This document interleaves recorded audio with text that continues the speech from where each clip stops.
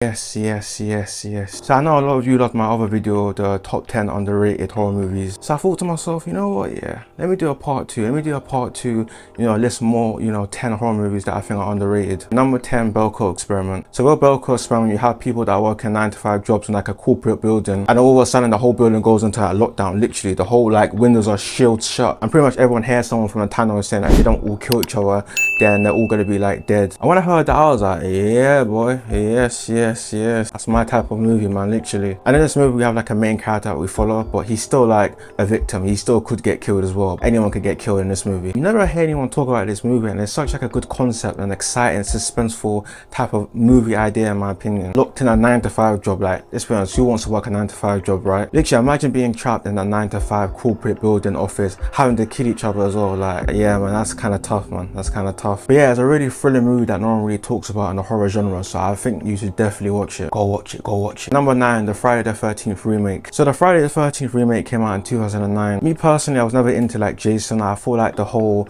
franchise of like all these movies to me were kind of pointless. I saw a bit of the first one, but I didn't finish it. I kind of got a bit bored. But I think at some point I'm gonna actually finish the whole franchise, you know what I'm saying? But I just feel like with like Friday the 13th, I just don't understand how there's like so many movies for a guy that doesn't even talk and just kills. I don't understand the appeal of that. But I think what I liked about this movie that was really fun. The story was whack, the characters were trash. But I feel like if you're looking for a fun slasher movie, I feel like this like tops it in my opinion. Because like the actor that plays Jason in this movie is like so tall and like hench, so it's kind of intimidating seeing him, and it just makes it a lot more exciting. You're just wondering how these like characters are gonna combat Jason, especially like I said, how big he is. Number 8, Don't Blink. So Don't Blink's a movie that came out in 2014 about a group of friends that basically go up the mountain resort to, I guess, have like a vacation and whatnot, and you just start to notice that each of their friends start disappearing one by one, and you're kind of thinking, oh damn, like what's going on here? And in your mind you're wondering, is it like some supernatural stuff that is making them disappear, or you're wondering if it's actually a person that's actually taking these friends. And yeah, it was just such an exciting concept because you're just trying to figure out what the hell is going on, because everyone's just disappearing one by one.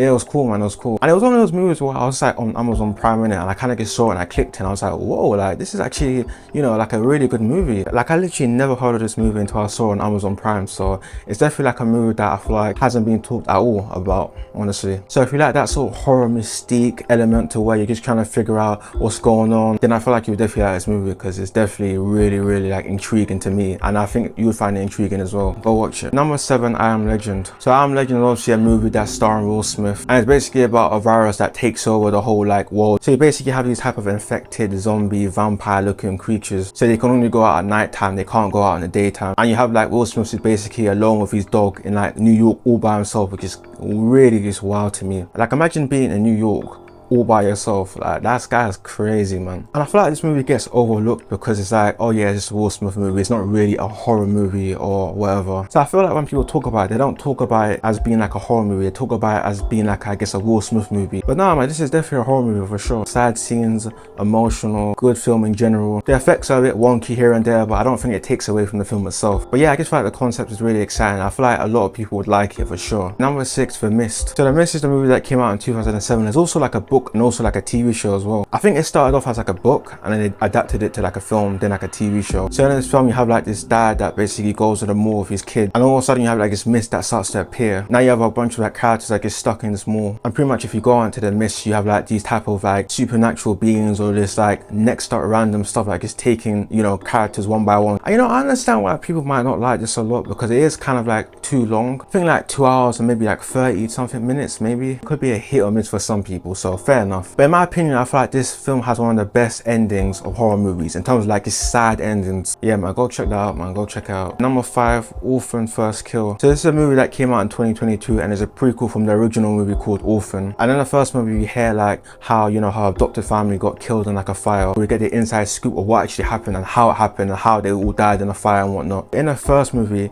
she's like a kid that's pretending to be a kid but actually an adult, but in real life the actor's a kid, right? But in the prequel, she's all grown up now and she has to act like a kid or look like a kid again. Yeah, so it's just kind of strange how that works in it, but yeah. It didn't come out in the cinema. I think it came out on Paramount or whatever. And you know me, I'm not really into prequels in it, so like I really thought this prequel was actually worth making in my opinion. You see some stuff happening and thinking, oh, okay then, like this is not what I expected, innit? So yeah, I definitely think if you watch the first Orphan and haven't seen the prequel, definitely watch the prequel. It's really good. for sure. Number 4, 30 Days of Night. So 30 Days of Night is a movie that came out in 2007, a movie about vampires. Yeah, boy, yes, yes. So essentially you have like these vampires that come out and they start killing everyone in the whole city, and you have like these characters that just trying to survive for however long, you know, the vampires are gonna be there for. And yeah, man, it was actually like a good, exciting movie because the gore was just so good. If you love gore, I think you'll love this movie for sure. And the vampires in this movie are crazy, man. But you know what I mean, man, I love me some vampires in it, so I wasn't complaining. But overall, man, it's a good movie. If you like vampires, go watch this movie. Number 3, The Hole. So The Hole is a movie that came out in 2009, and this is one of those movies here where I'm just like, I like it so much. I don't know why. Like, if I was to compare this movie, I would say it's similar to like The Gremlins. And funny enough, this movie was actually directed by the person who made The Gremlins as well. So what this movie is basically about is that you have like a family that moving into like a new town, fresh start, and within the family you have like these 2 brothers that find a hole in their basement, and pretty much when they look into the hole, their fears essentially like come to life. And then you have like also their neighbor that's also looking at the hole, so her fears also come to life as well. Even though it's not like the typical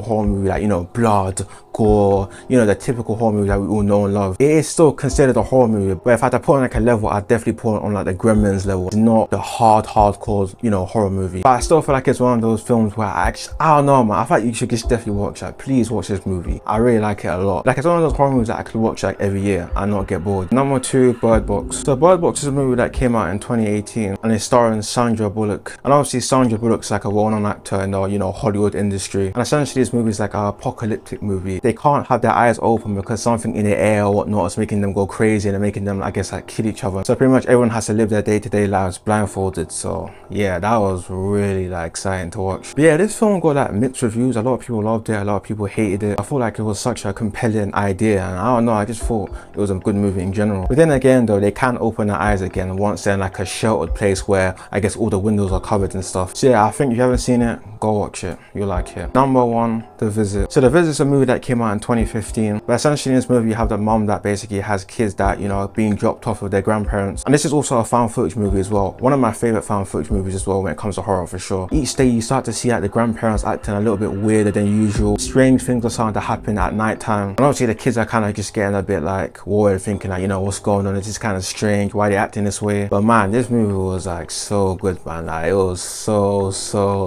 good. If I had to list all my favorite horror movies, this would definitely be one of them for sure. 100%. And I also thought the kids in this movie were really good. The acting was really good because they were like the main stars of the film. So I thought they were convincing throughout the movie. So yeah, props to them in it. But if you don't like found footage, then I guess don't watch it. But then again, I'll still say, you know what, just give it a go, man. Like, just give it a go. But yeah, man, that was my part 2 to, you know, 10 underrated horror movies that I think you would love. If not, majority of them you should love for sure. But if you like this video, like, comment, subscribe. And also, I want to know what your 10 underrated horror movies would be in a bit.